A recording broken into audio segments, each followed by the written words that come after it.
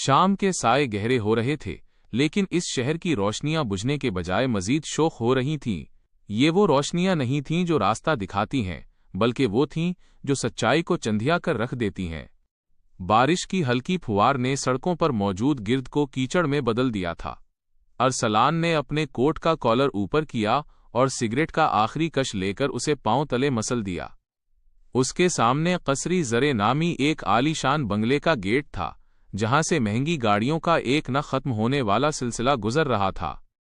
باہر fit path پر ایک بوڑھی عورت اپنے نحیف ہاتھوں سے پلاسٹک کی ایک تھیلی چھپانے کی کوشش کر رہی تھی تاکہ اس میں موجود سوکھی روٹیاں گیلبی نہ ہو جائیں۔ عین اسی لمحے ایک چمچماتی بلیک ایس یو وی تیزی سے گزری اور سڑک پر کھڑا گندا پانی اس بڑھیا کے چہرے اور کپڑوں پر اچھال دیا۔ گاڑی نہیں رکی۔ شاید اندر بیٹھے شخص کے لیے وہ عورت انسان نہیں، محض راستے کی ایک رکاوٹ تھی۔ ارسلان نے تلخی سے مسکرا کر اپنے ہاتھ میں دبے کیمرے کو دیکھا۔ آج کی پہلی تصویر مل گئی، اس نے بڑبڑایا۔ ترقی کا چھینٹا اور غربت کا چہرہ۔ وہ تقریب کے اندر داخل ہوا تو منظر بدل گیا۔ فضا میں مہنگے پرفیومز کی خوشبو تھی جو ضمیروں کی سڑاند کو چھپانے کے لیے کافی لگتی تھی۔ بڑے بڑے صنعتکار، سیاستدان اور وردی پوش افسر ایک دوسرے سے یوں گلے مل رہے تھے جیسے برسوں کے یار ہوں۔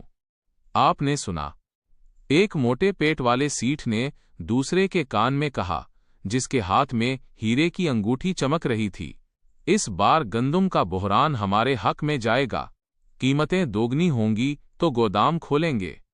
دوسرا کہکہا لگا کر بولا، لوگ بھوکے مریں تو مریں، ہماری تجوریاں نہیں مرنی چاہیے۔ ارسلان نے کیمرہ آنکھ سے لگایا اور ان کے ہنستے ہوئے چہروں کو محفوظ کر لیا۔ اسے یاد آیا کہ صبح ہی اس نے ایک ایسے باپ کی خبر کور کی تھی جس نے آٹے کے ایک تھیلے کے لیے قطار میں لگ کر اپنی جان دے دی تھی۔ یہاں ایک ایک پلیٹ میں اتنا کھانا ضائع ہو رہا تھا جتنا اس غریب کے پورے محلے کا ایک ہفتے کا راشن تھا۔ اچانک ہال کے ایک کونے میں ہلچل مچی۔ ایک نوجوان ویٹر کے ہاتھ سے جوس کا گلاس گرا اور ایک معزز خاتون کے قیمتی ریشمی لباس پر چند قطرے پڑ گئے۔ تمہاری ہمت کیسے ہوئی؟ اس خاتون کی آواز پورے ہال میں گونجی۔ جانتے ہو اس جوڑے کی قیمت کیا ہے؟ تمہاری 7 پشتیں بک جائیں تب بھی یہ نہیں خرید سکیں گی۔ نوجوان ویٹر لرز رہا تھا۔ معافی میڈم، میرا پاؤں پھسل گیا تھا۔ لیکن معافی اس معاشرے کا سکہ نہیں تھی۔ ہوٹل کے مینیجر نے لپک کر اس لڑکے کے گال پر ایک زوردار تماچا رسید کیا، اس لیے نہیں کہ اس نے غلطی کی تھی، بلکہ اس لیے کہ وہ ایک طاقتور عورت کو خوش کرنا چاہتا تھا۔ تالیوں اور قہقہوں کے درمیان وہ لڑکا سر جھکائے وہاں سے نکل گیا، لیکن اس کی آنکھوں میں جو نفرت اور بے بسی تھی، ارسلان نے اسے اپنے لینز میں قید کر لیا۔ ارسلان نے سوچا، یہ معاشرہ ایک ایسی عمارت ہے جس کی بنیادیں جھوٹ پر کھڑی ہیں اور جس کی دیواروں پر منافقت کا روغن ہے۔ یہاں انصاف صرف ان کے لیے ہے جو اسے خرید سکتے ہیں، اور قانون ان کے لیے ہے جو اسے توڑنے کی طاقت نہیں رکھتے۔ وہ ہال سے باہر نکل آیا۔ باہر ابھی بھی بارش ہو رہی تھی۔ وہ بوڑھی عورت اب وہاں نہیں تھی، بس فٹ پاتھ پر اس کی پلاسٹک کی تھیلی پڑی تھی اور اس کے اندر موجود روٹیاں اب کیچڑ میں مل کر گدلا چکی تھیں۔ ارسلان نے اپنا کیمرہ بیگ میں ڈالا اور اندھیری گلی کی طرف چل پڑا، جہاں ایک نئی کہانی اس کا انتظار کر رہی تھی۔ ایک ایسی کہانی جسے کوئی چھاپنا نہیں چاہتا تھا، لیکن جسے لکھنا اب فرض بن چکا تھا۔ اگلا قدم۔ بارش کی بوندیں اب برف کی طرح ٹھنڈی ہو چکی تھیں، لیکن ارسلان کے سینے میں سلگتی آگ اسے تپش دے رہی تھی۔ وہ خبری نو کے دفتر میں داخل ہوا، جہاں سگریٹ کے دھوئیں اور پرانے کاغذوں کی بوندیں ایک عجیب سا گھٹن زدہ ماحول بنا رکھا تھا۔ اس نے کیمرہ میز پر پٹخا اور ایڈیٹر قادر صاحب کے سامنے بیٹھ گیا۔ قادر صاحب، جن کی آنکھوں کے گرد سیاہ حلقے برسوں کی سمجھوتوں کی داستان سناتے تھے، نے اینک کے اوپر سے ارسلان کو دیکھا۔ مل گیا شکار؟ قادر صاحب نے دھیمے لہجے میں پوچھا۔ شکار نہیں سر، پورا جنگل اٹھا لایا ہوں۔ ارسلان نے لیپ ٹاپ آن کیا اور تصویریں دکھانے لگا۔ یہ دیکھیے، یہ وہی وزیر ہے جو کل ٹیلی ویژن پر بھوک ہڑتال کی دھمکی دے رہا تھا، اور یہاں یہ 5000 کے سٹیک کے مزے لے رہا ہے۔ اور یہ اس صنعتکار کا چہرہ ہے جس کی مل میں پچھلے ہفتے آگ لگی تھی، یہاں یہ قہقہے لگا رہا ہے جیسے کچھ ہوا ہی نہ ہو۔ कादिर साहब ने एक लंबा सांस लिया, कुर्सी की पुश्त से टेक लगाई और बड़ी बेजारी से बोले, अरसलान, ये तस्वीरें बहुत अच्छी हैं फनी लिहाज से, लेकिन ये नहीं छुप सकती। अरसलान का खून खोलने लगा। क्यों? इसलिए कि ये लोग आपके अखबार को इश्तिहार देते हैं, इसलिए कि ये लोग इस अखबार को जिंदा रखते हैं। कादिर साहब ने तल्खी से कहा, अगर मैंने ये तस्वीरें छाप दें तो कल ये दफ्तर नहीं रहेगा और परसों तुम और मैं सड़क पर होंगे। मुआशरे की खराबियों को कलमबंद करना अच्छी बात है, लेकिन उनसे टकराना खुदकुशी है। अरसलान कुछ कहे बगैर उठ खड़ा हुआ। उसे एहसास हुआ कि ज़मीर की नीलामी सिर्फ कसरी ज़िरे में नहीं हो रही थी, इस छोटे से दफ्तर में भी हथौड़ा चल चुका था। वो वहां से निकला और शहर के सबसे बड़े सरकारी अस्पताल की तरफ चल पड़ा। वहां की फिजा कसरी ज़रे से बिल्कुल मुख्तलिफ थी। यहां परफ्यूम की जगह फनाइल और सड़ांत की मिली जली बू थी। राहदारियों में स्ट्रेचर्स पर पड़े लोग मसीहा का इंतजार कर रहे थे, जबकि डॉक्टर्स के कमरों के बाहर खास मरीजों की कतारें लगी थीं। वार्ड नंबर 7 के बाहर वही नौजवान वेटर बैठा था जिसे होटल में थप्पड़ मारा गया था। इसका सर झुका हुआ था और उसके सफेद यूनिफॉर्म पर अब भी जूस के धब्बे मौजूद थे। तुम्हारा नाम क्या है? अरसलान ने उसके करीब बैठते हुए पूछा। लड़के ने डरी हुई नजरों से उसे देखा। साजिद। तुम्हारे हाथ पर पट्टी क्यों बंधी है? वहां तो सिर्फ थप्पड़ लगा था, अरसलान ने हैरत से पूछा। साजिद की आंखों में आंसू आ गए। होटल के मैनेजर ने पीछे ले जाकर मेरा हाथ गर्म इस्त्री पर रख दिया था। वो कह रहा था कि मेरा हाथ कांपता क्यों है। अरसलान का दिल दहल गया। एक गिलास गिरने की सजा। उसने साजिद के झुलसे हुए हाथ की तस्वीर खींची। ये तस्वीर किसी इश्तिहार की मोहताज नहीं थी। उसमें एक ऐसा दर्द था जो किसी भी पत्थर दिल को पिघला सकता था। इसी वक्त अस्पताल के लाउडस्पीकर पर ऐलान हुआ, तमाम अमला अलर्ट हो जाए, वजीर सेहत दौरे पर आ रहे हैं, सफाई सुथराई फौरी तौर पर मुकम्मल की जाए। अरसलान ने देखा कि मिनटों में वार्ड का नक्शा बदलने लगा। गंदे बिस्तरों पर साफ चादरें बिछाई जाने लगीं।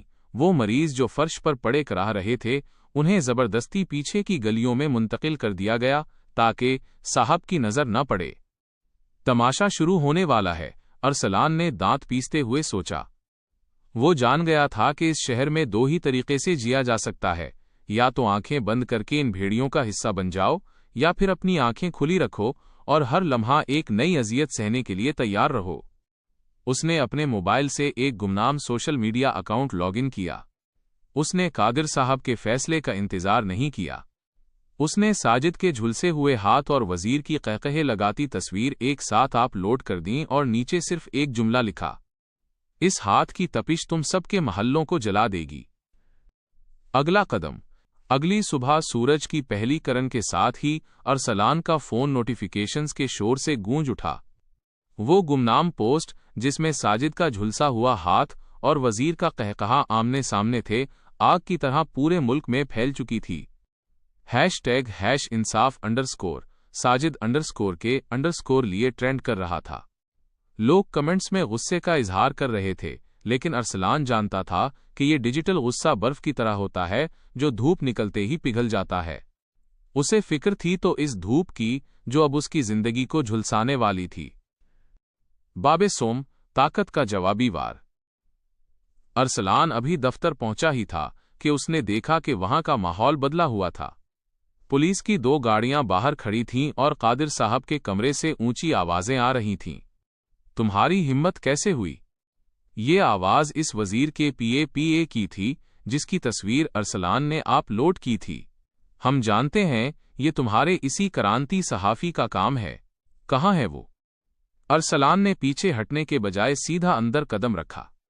मैं यहां हूं, इसने पुरसुकून लेकिन मजबूत लहजे में कहा। पीए ने नफरत से इसे देखा। अरसलान साहब, आपने एक मुअज़्ज़ज़ शख्सियत की साख को नुकसान पहुंचाने की कोशिश की है। हमने साइबर क्राइम एक्ट के तहत आप पर मुकदमा दर्ज करवा दिया है। सबूत कहाँ हैं कि वो हाथ इसी लड़के का है? और वो तस्वीर जिसमें वजीर साहब खाना खा रहे हैं, वो तो 3 साल पुरानी है। अरसलान चौंक गया। 3 साल पुरानी? वो तस्वीर मैंने कल रात खींची है।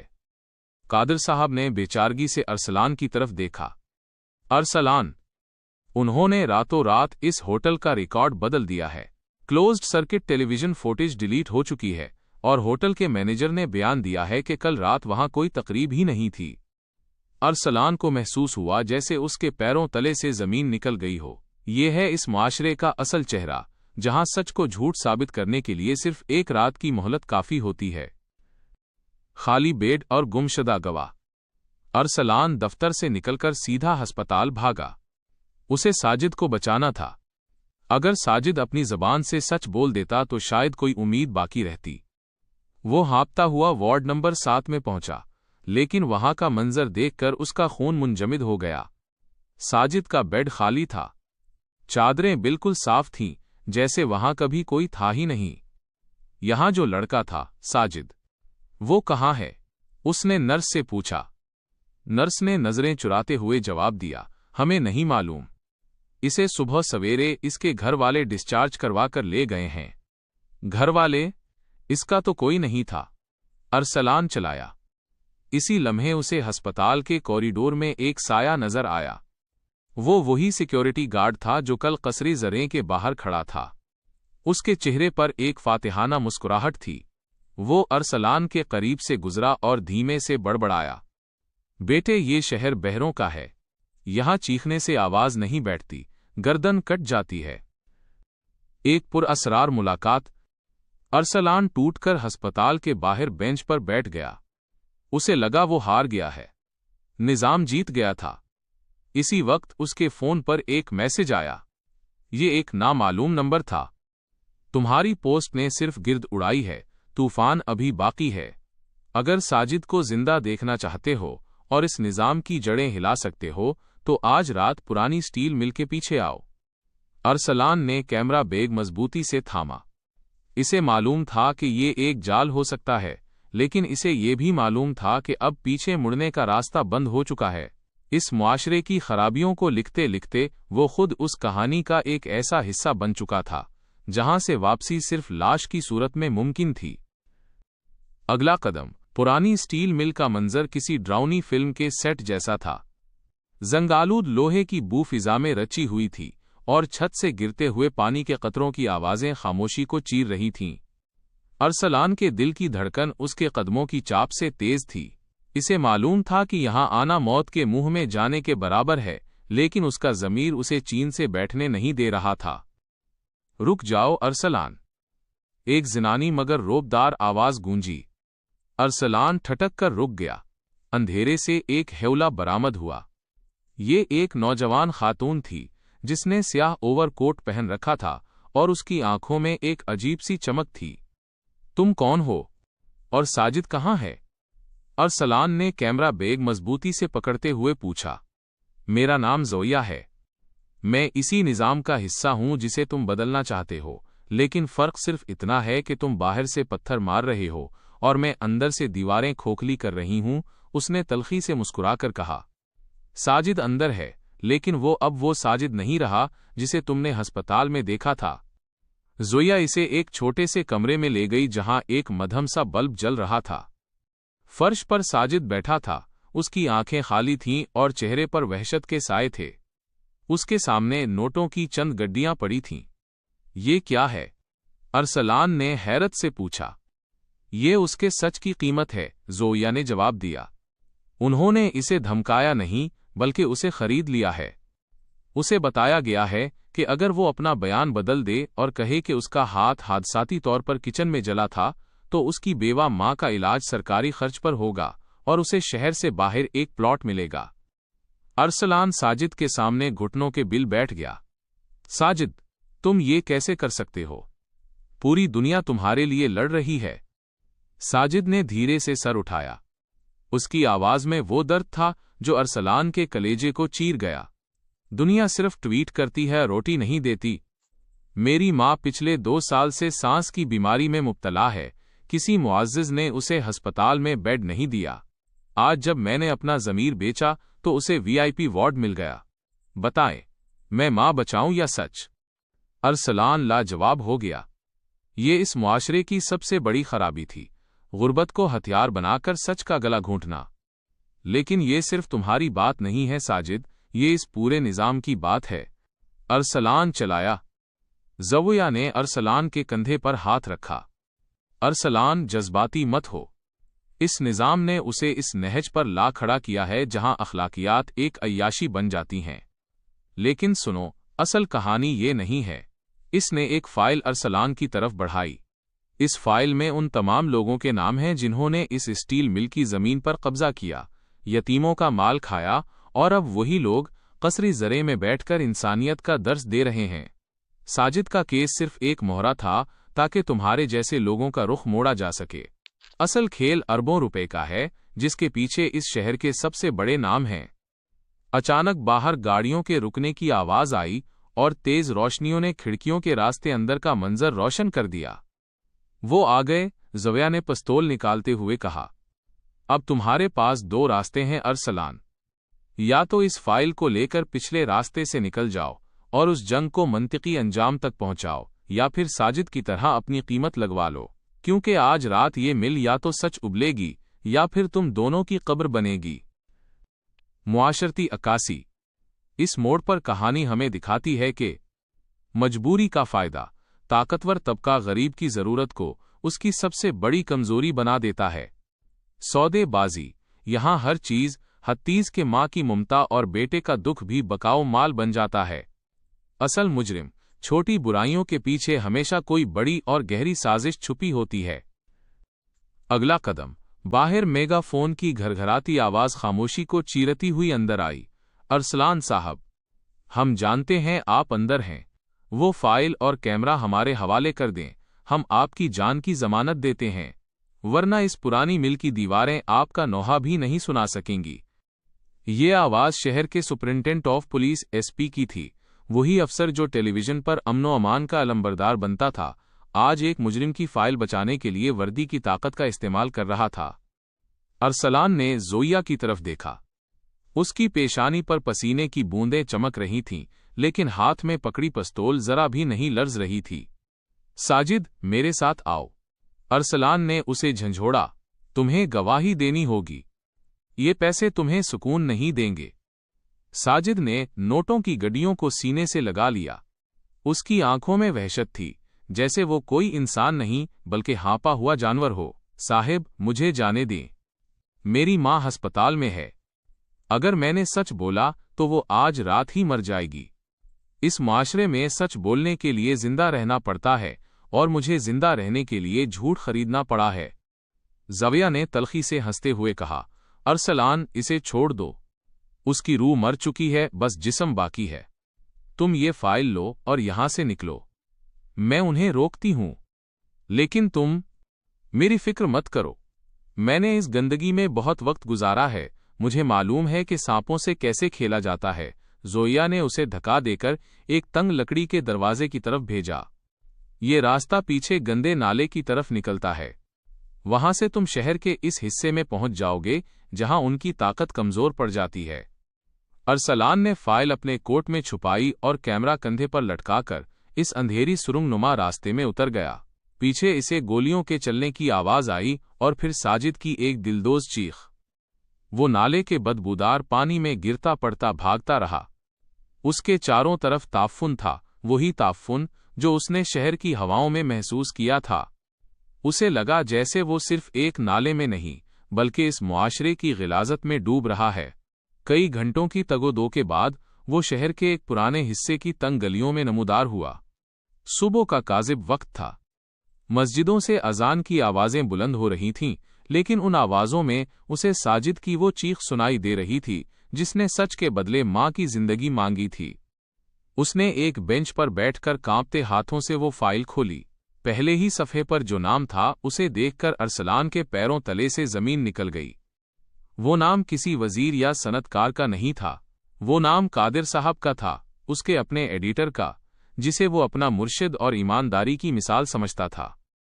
अरसलान को महसूस हुआ जैसे उसके सर पर किसी ने हथौड़ा मारा हो। तो ये तमाशा सिर्फ बाहर नहीं था। उसने सोचा, मेरा अपना घर, मेरा अपना इदारा, मेरा अपना उस्ताद, सब इस गंदगी का हिस्सा थे। इसे अब समझ आया कि कादिर साहब ने तस्वीरें छापने से क्यों मना किया था। वो उसे बचा नहीं रहे थे, वो उस सौदेबाजी में अपना हिस्सा बचा रहे थे। अरसलान ने आसमान की तरफ देखा। सूरज निकल रहा था, लेकिन उसे हर तरफ अंधेरा ही नजर आ रहा था। इसने सोचा कि क्या वो ये फाइल अब भी मंजरी आम पर लाएगा? क्या वो अपने मोहसिन को बेनकाब करेगा, या वो भी साजिद की तरह कोई मसलहत ढूंढ लेगा? उसने कैमरा निकाला और अपनी एक तस्वीर खींची, एक ऐसे शख्स की तस्वीर जो जान गया था कि इस मुआशरे में सबसे बड़ी खराबी दुश्मन नहीं, वो अपने हैं जो दुश्मन के साथ दस्तरखान पर बैठे होते हैं। अरसलान ने फाइल बंद की और सीधा खबरी 9 के दफ्तर की तरफ चल पड़ा, जहां कादिर साहब उसका इंतजार कर रहे होंगे। लेकिन इस बार वो एक सहाफी बनकर नहीं, बल्कि एक जल्लाद बनकर जा रहा था। अगला कदम। सूरज की पहली बाकायदा किरण ने जब खबरी 9 के गिर्द आलूद शीशों को छुआ, तो अरसलान दफ्तर के दरवाजे पर खड़ा था। उसका लिबास कीचड़ से आटा हुआ था, जूतों से नाले की बू आ रही थी, लेकिन उसकी आंखों में एक ऐसी सर्द लहर थी जो पहले कभी न थी। वो सीधा कादिर साहब के कैबिन में दाखिल हुआ। कादिर साहब हस्बे मामूल अपनी आरामदा कुर्सी पर बैठे काफी का मग थामे कोई इदारिया लिख रहे थे। अरसलान को इस हाल में देखकर वो चौंके, लेकिन उनके चेहरे पर फौरी ही एक हमदर्दाना मुस्कुराहट फैल गई। अरसलान, तुम जिंदा हो? शुक्र है खुदाया। मुझे तो फिक्र खाए जा रही थी कि उन लोगों ने तुम्हारे साथ कुछ कर न दिया हो। अरसलान ने कोई जवाब नहीं दिया। उसने खामोशी से वो फाइल निकाली और कादिर साहब की मेज पर पटक दी। फाइल का पहला सफ़ा, जिस पर उनका नाम जली हुरूफ में लिखा था, बिल्कुल सामने था। कमरे में अचानक ऐसी खामोशी छा गई कि दीवार पर लगी घड़ी की टिक टिक हथौड़े की तरह लगने लगी। कादिर साहब की मुस्कुराहट आहिस्ता आहिस्ता गायब हुई और उनका चेहरा जर्द पड़ गया। तुम स्टील मिल गए थे, कादिर साहब ने कांपती आवाज में कहा। सर, मैं वहां सच ढूंढने गया था, लेकिन वहां तो आपकी कीमत लिखी थी। अरसलान का लहजा इतना स्पॉट था कि खुद उसे अपनी आवाज अजनबी लगी। आप तो कहते थे कि कलम की हुर्मत पर जान भी जाए तो कम है। आप तो कहते थे कि सहाफी मुआशरे की आंख होता है। कादिर साहब ने एक लंबा सांस लिया और ऐनक उतार कर मेज पर रख दी। अरसलान, ये दुनिया सफेद और स्याह नहीं है, ये मटियाली ग्रे है। जब तुम्हारे घर का चूल्हा बुझने लगे, जब तुम्हारे बच्चों की फीस के लिए तुम्हारे पास पैसे ना हों और तुम्हारा दुश्मन तुम्हें एक दस्तखत के बदले जिंदगी भर की आसाइश दे रहा हो, तो तुम उसे सौदा नहीं बका कहते हो। बका? अरसलान दहाड़ा। साजिद की मां का सौदा बका है? इस बूढ़ी औरत का कीचड़ में लथड़ा चेहरा बका है? आपने कलम नहीं बेचा सर, आपने मेरा यकीन बेचा है। कादिर साहब ने मेज के दराज से एक चेक निकाला और अरसलान की तरफ बढ़ाया। इस पर रकम नहीं लिखी। अपनी मर्जी के 0-0 लगा लो और ये फाइल मुझे दे दो। अरसलान, तुम इस निजाम को नहीं बदल सकते। तुम एक तस्वीर छापोगे, वो एक इश्तिहार ज्यादा दे देंगे। तुम एक खबर लगाओगे, वो तुम्हारे एडिटर को खरीद लेंगे। इस दलदल में जितना पांव मारोगे, उतना ही धंसोगे। अरसलान ने इस चेक को देखा, फिर कादिर साहब के चेहरे को। उसने वो चेक उठाया और उसके परखचे उड़ाकर हवा में उछाल दिए। आप ठीक कहते हैं सर, मैं निजाम नहीं बदल सकता, लेकिन मैं निजाम का हिस्सा बनने से इनकार तो कर सकता हूं। अरसलान मुड़ा और बाहर जाने लगा। रुक जाओ, कादिर साहब की आवाज में अब हमदर्दी नहीं, धमकी थी। बाहर पुलिस खड़ी है। जैसे ही तुम इस दफ्तर से निकलोगे, तुम पर गद्दारी और चोरी का पर्चा होगा। ये फाइल तुम कभी आम नहीं कर सकोगे। अरसलान रुका, पीछे मुड़कर मुस्कुराया और अपना मोबाइल फोन दिखाया। सर, जब मैं अंदर आ रहा था तो मैंने लाइव स्ट्रीमिंग ऑन कर दी थी। आपका हर लफ्ज, आपका हर एतराफ और ये फाइल इस वक्त लाखों लोग देख रहे हैं। कादिर साहब के हाथ से काफी का मग छूटकर फर्श पर गिरा और करची करची हो गया। अरसलान दफ्तर से बाहर निकला तो पुलिस वाकई वहां मौजूद थी, लेकिन वहां लोगों का एक हुजूम भी जमा हो चुका था। वो लोग जो इस लाइव वीडियो को देखकर सड़कों पर निकल आए थे। ये वो मुआशरा था जो अब तक सो रहा था, लेकिन आज उसकी आंखें खुल गई थीं। अरसलान ने देखा कि हुजूम के पीछे वही सिक्योरिटी गार्ड खड़ा था जिसने उसे डराया था। आज इसकी नजरें झुकी हुई थीं। अरसलान ने अपना कैमरा बैग से निकाला और आसमान की तरफ एक आखिरी तस्वीर खींची। धूप अब तेज हो चुकी थी, लेकिन आज वो चुभ नहीं रही थी। उसे मालूम था कि उसके बाद उसकी जिंदगी पहले जैसी नहीं रहेगी। शायद उसे जेल जाना पड़े, शायद उसे मार दिया जाए, लेकिन आज वो एक आज़ाद इंसान था। मुआशरा अब भी वही था, खराबियां अब भी मौजूद थीं, लेकिन आज एक बेचेहरा शहर में एक शख्स ने अपना चेहरा पहचान लिया था। कहानी खत्म नहीं हुई, ये एक आगाज है। इख्तितामी मंजर, ज़मीर की दस्तक। 3 माह बाद शहर की सेंट्रल जेल की सलाखों के पीछे अरसलान बैठा एक पुराने कागज पर कुछ लिख रहा था। इस पर गद्दारी और इश्तियाल अंगेजी के दर्जनों मुकद्दिमात कायम कर दिए गए थे।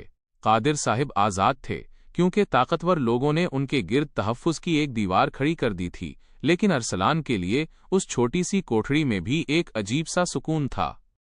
जेल का एक बूढ़ा सिपाही, जो अक्सर अरसलान को हक़ारत से देखता था, आज खामोशी से उसके पास आया और सलाखों के दरमियान से एक अखबार अंदर फेंक दिया।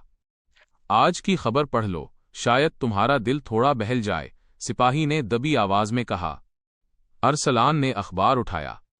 सफ़ा अव्वल पर एक छोटी सी खबर थी। हुकूमत ने अवामी दबाव के बाद स्टील मिल की ज़मीन पर बनने वाली हाउसिंग स्कीम का लाइसेंस मनसूख कर दिया। ज़मीन पर अब यतीम खाना और मुफ्त हस्पताल तामीर होगा। इसी खबर के नीचे एक और कॉलम था जिसमें बताया गया था कि कसरी ज़रे में होने वाली उस मनहूस तकरीब के बाद अवाम ने उस वज़ीर का बाइकॉट कर दिया है और उसे अपने ही हलके में दाखिल होने से रोक दिया गया है। अरसलान की आंखों में नमी तैरने लगी। ये जीत मुकम्मल नहीं थी, निज़ाम अब भी वही था, लेकिन उसकी एक छोटी सी कुर्बानी ने लोगों के दिलों में सवाल करने की हिम्मत पैदा कर दी थी। अचानक जेल की मुलाकाती गैलरी में एक हलचल हुई। अरसलान को बुलाया गया। शीशे के पार एक औरत खड़ी थी, ज़ुवैया। उसके चेहरे पर थकन थी, लेकिन आंखों में फख्र। उसने फ़ोन उठाया और अरसलान से बात करने लगी। साजिद की माँ अब ठीक है अरसलान, वो अब इसी अस्पताल में है जिसका तुमने जिक्र किया था। और साजिद, उसने वो तमाम पैसे एक फलाही इदारे को दे दिए हैं। वो कहता है कि उसे अब नींद आ जाती है। अरसलान मुस्कुराया। और कादिर साहब? ज़ोइया का लहजा सख्त हो गया। वो आज़ाद हैं, लेकिन तन्हा हैं। उनके अपने बच्चों ने वो लाइव वीडियो देखने के बाद उनसे मिलने से इनकार कर दिया है। वो अब एक ऐसे महल में रहते हैं जहां ज़मीर की आवाज़ दीवारों से टकराकर वापस आती है। ज़ोइया ने जाने से पहले शीशे पर हाथ रखा। तुमने कहा था कि ये शहर बहरों का है, लेकिन अरसलान, तुम गलत थे। ये शहर बहरा नहीं था, बस उसे किसी ऐसी आवाज़ का इंतज़ार था जो इसकी अपनी खामोशी से ज़्यादा ऊंची हो। अरसलान अपनी कोठरी में वापस आ गया। दीवार पर लगे छोटे से रोशनदान से धूप की एक लकीर इसके पैरों तक आ रही थी। इसने अपना कलम उठाया और कागज़ के आखिरी कोने पर इस नावल का आखिरी जुमला लिखा। मुआशरे की सबसे बड़ी खराबी गुनाह नहीं, बल्कि गुनाह पर खामोशी है। जिस दिन एक इंसान बोलना शुरू कर देता है, उस दिन अंधेरे की सल्तनत की उल्टी गिनती शुरू हो जाती है। बाहर परिंदों के चहचहाने की आवाज़ आ रही थी। शहर अब भी वैसा ही था, गहमा गहमी अब भी जारी थी, लेकिन आज उस शहर की हवा में वो ताफ़ुन नहीं था, बल्कि एक नई उम्मीद की खुशबू थी।